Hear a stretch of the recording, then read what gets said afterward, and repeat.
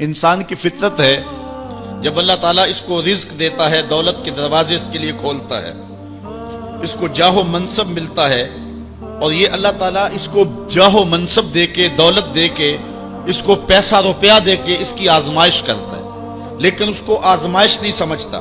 فَيَقُولُ، وہ کہتا ہے ربی اکرمن، میرے رب نے مجھے عزت دی ہے، وہ اس کو عزت سمجھ لیتا اور کہتا ہے کہ میں اللہ کا محبوب ہوں، مجھے اللہ پسند کرتا ہے تو اس لیے مجھے دولت دی ہے، ورنہ میں غربت کی چکی میں پس رہا ہوتا۔ وہ دولت کو جو ہے وہ عزت سمجھتا ہے، حالانکہ اللہ نے بطور آزمائش اس کو دولت دی ہے۔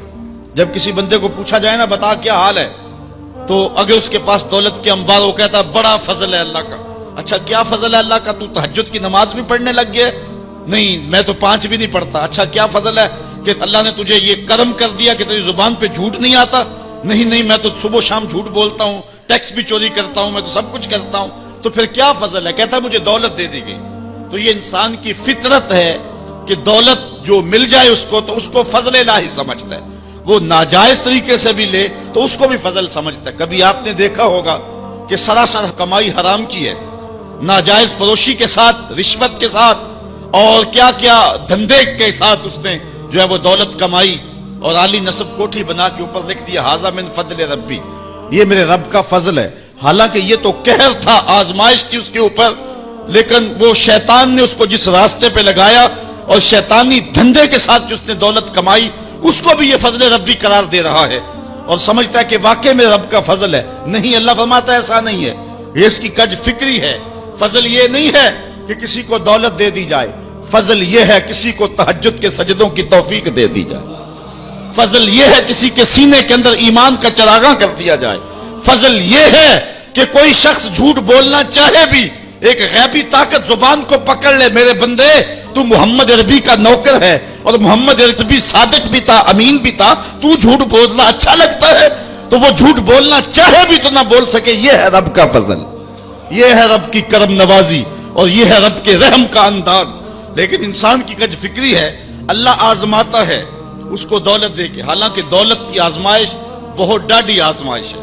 حضرت عبداللہ ابن مبارک کہتے ہیں ہمیں غربت سے بھی آزمایا گیا اور دولت سے بھی آزمایا گیا۔ غربت کی آزمائش میں تو ہم پورے نکلے، لیکن دولت کی آزمائش میں ہم پورے نہ نکل سکے۔ یہ آزمائش زیادہ سخت آزمائش ہے، لیکن فیقول، بندہ کہتا ہے ربی اکرمن، میرے رب نے مجھے عزت دے دی، کوئی عہدہ مل جائے، کوئی شان و شوکت دنیا کی مل جائے، چاہے وہ اس کا ذریعہ کوئی بھی ہو، بندہ کہتا ہے جی فلاں پہ بڑا ہی اللہ کا فضل ہو گیا ہے۔ یار ایک معمولی شخص تھا، گلی سے نکلا، اب دیکھو جو ہے وہ وزارت کا قلم دان تھامے ہوئے ہے، بڑا فضل ہوا۔ کیا فضل ہوا اس کے اوپر کہ اس نے جائز ناجائز ہر راستہ جو ہے وہ اختیار کیا اور رب کو قدم قدم پہ ناراض کیا، اور ہم اس کو فضل گردان رہے ہیں۔ کہا فضل نہیں ہے، یہ ڈاڈی آزمائش ہے، لیکن انسان کی کج فکری ہے، وہ اس کو فضل کہہ رہا ہے۔ اچھا ایک اور انسان کی کج فکری دیکھیے، وَأَمَّا إِذَا مَبْتَلَاهُ فَقَدَرَ عَلَيْهِ رِزْقَهُ فَيَقُولُ رَبِّي أَهَانَنِ، اور اگر اللہ آزمائے اس کا رزق اس پر تنگ کر دے، فَيَقُولُ، تو پھر کہتا ہے رَبِّي أَهَانَنِ، میرے رب نے تو مجھے خوار کر دیا، میرے رب نے تو مجھے ذلیل کر کے رکھ دیا۔